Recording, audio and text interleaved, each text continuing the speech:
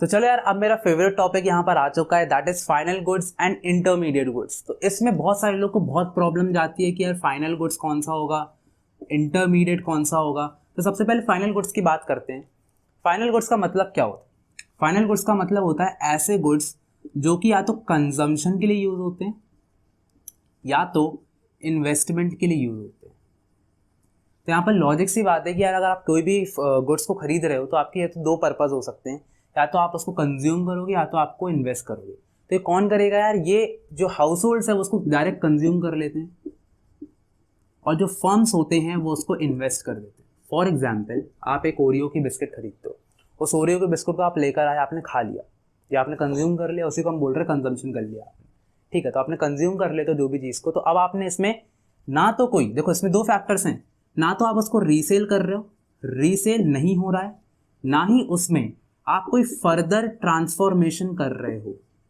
Transformation मतलब क्या है? आपने ओरियो से ओरियो शेक नहीं बनाया, आपने ओरियो से ओरियो केक नहीं बनाया, ठीक है। ये आपने बकवास चीज नहीं करी, आपने मस्त लाए बिस्किट थी, खा लिया।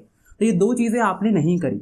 आपने क्या किया? फाइनल गुड था, फाइनली उसको खा लिया। फाइनल मतलब क्या? फाइनली उसको खा लिया और आपने उसका फर्दर कोई भी ट्रांसफॉर्मेशन या फिर रीसेल नहीं किया, तो मैं उसको फाइनल गुड्स बोलूंगा। तो अगर हाउस होल्ड्स है तो जितनी भी चीज़ें हैं जो कि हाउस होल्ड्स कंज्यूम कर रहे हैं उसको मैं यहाँ पर ले आऊँगा इस कैटेगरी में। और जो भी प्लांट एंड मशीनरी है, जो भी फर्म्स के लिए यूज़ होती है जो मशीन्स, उसको मैं बोलूँगा कि भैया ये जो है इन्वेस्टमेंट पर्पसेस के लिए, तो ये मेरे फाइनल गुड्स में आ जाता है।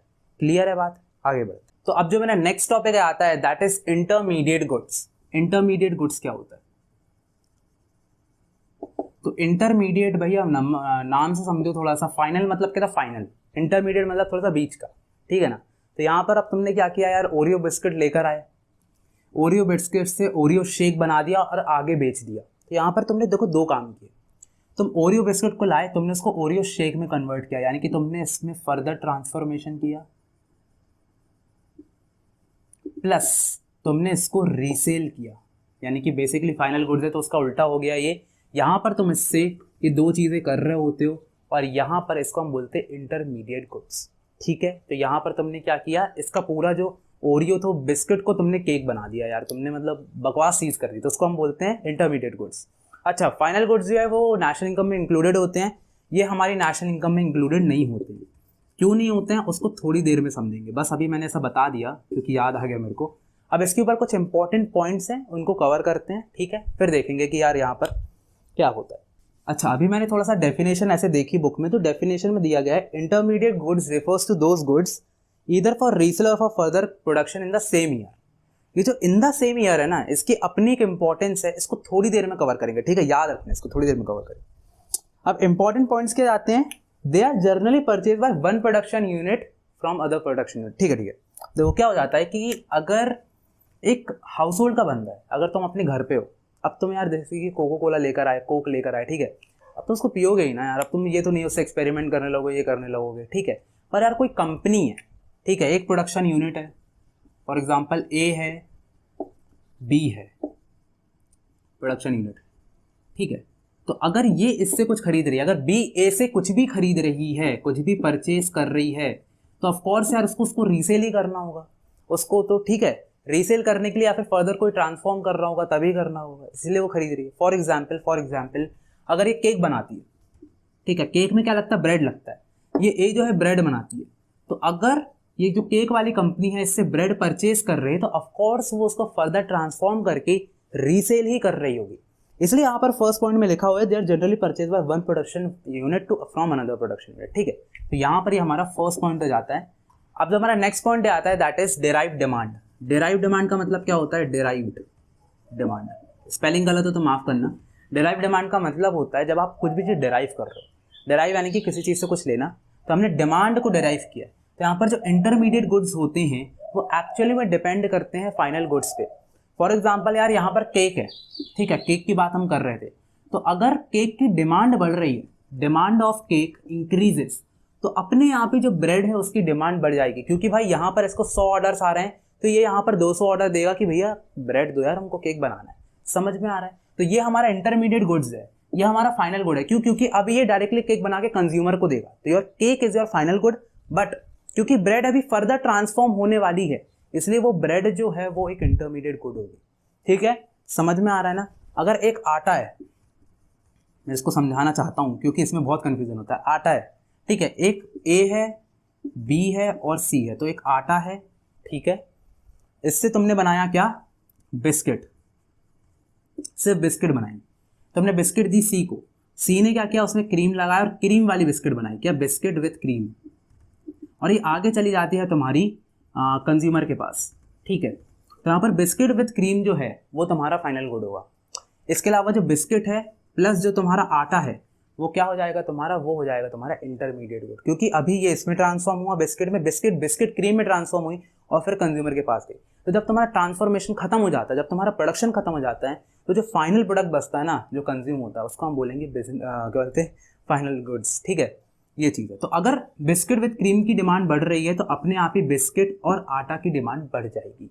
क्लियर है बात? इसलिए हम इसको डिराइव डिमांड बोल रहे हैं। थर्ड पॉइंट हमारा आ जाता है, दैट इज हमारा ड्यूरेबल गुड्स वाला, ठीक है। ड्यूरेबल गुड्स क्या होते हैं?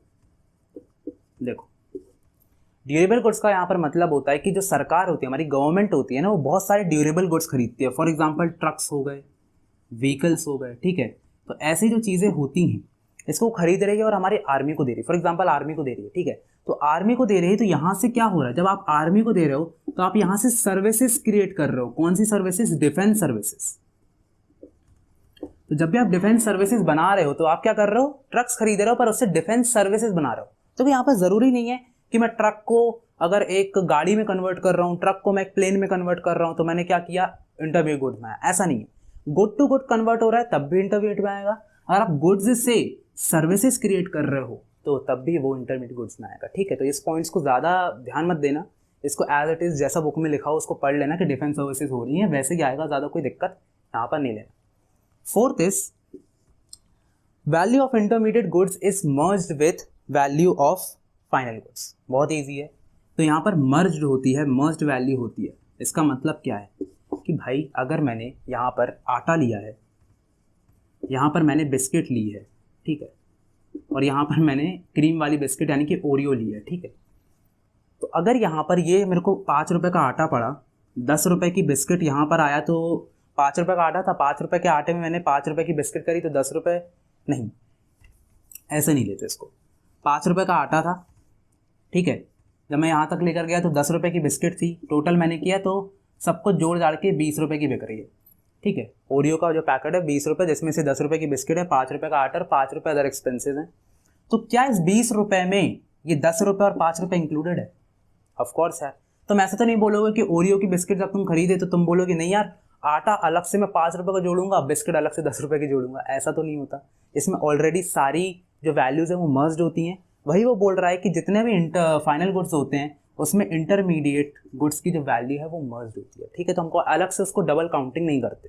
और ये भी एक बहुत बड़ा रीज़न है कि इसलिए हम इसको नेशनल इनकम में इंक्लूड नहीं करते, क्योंकि नेशनल इनकम में ऑलरेडी फाइनल गुड्स की अगर आपने वैल्यू को जोड़ दिया तो अपने आप ही इनकी वैल्यू जो है वहाँ पर ऐड अप हो जाएगी। तो अगर हम वो चीज़ करते हैं तो डबल काउंटिंग एक चीज़ होती है, क्योंकि आपने 10th क्लास के इकोनॉमिक्स में पढ़ा था, वो हो जाएगा। क्लियर है बात? आगे बढ़ते हैं। अब यहाँ पर हम इसको एंड करने वाले हैं। ये जो फाइनल गुड्स और इंटरमीडिएट गुड्स है उसके लिए आपको एक बात बहुत चीज़ समझना है। अगर मैं फॉर एग्जांपल चावल का एग्जांपल लेते हैं, इसमें राइस का एग्जांपल बहुत अच्छा होता है। राइस जो होता है वो बहुत टाइम तक हम रखे रहते हैं, अपने घर में भी रखे रहते हैं राइस को, यार 1 साल से 2 साल से 3 साल तक, ठीक है।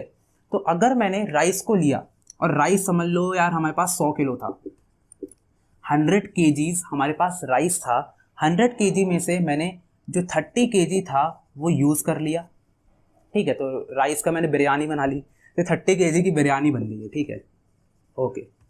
लेकिन ये जो 70 kg है ये अभी तक यूज़ नहीं हुआ और 1 साल से ज़्यादा हो चुका है, 1 ईयर से ज़्यादा होता है, तो मोर देन 1 ईयर से ज़्यादा इस राइस को हो चुका है, ये कन्वर्ट नहीं हुआ। तो ये राइस मेरा क्या है? इंटरमीडिएट गुड्स है। क्यों? क्योंकि मैं लाया ही इसको था बिरयानी बनाने के लिए, ठीक है। तो राइस से biryani, I have to make biryani from it. तो यहाँ पर जो 30 kg था उसकी बिरयानी मैंने बनाई, तो ठीक है, तो यहाँ पर राइस को मैं इंटरमीडिएट गुड्स बोलूँगा। पर जो 70 kg है, क्योंकि वो 1 साल से ज़्यादा अभी तक यूज़ नहीं हुआ है, कन्वर्ट नहीं हुआ है, इसलिए मैं अब इसको फाइनल प्रोडक्ट बोलने लगूंगा। तो अब ये जो राइस 70 kg जो राइस है, now this is your final good. अब ये नहीं कन्वर्ट हुआ तो इसको मैंने फाइनल गुड ही बोल दिया।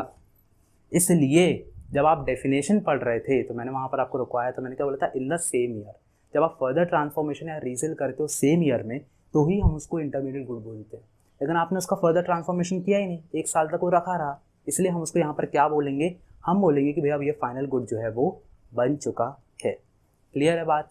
चलो आगे बढ़ते हैं।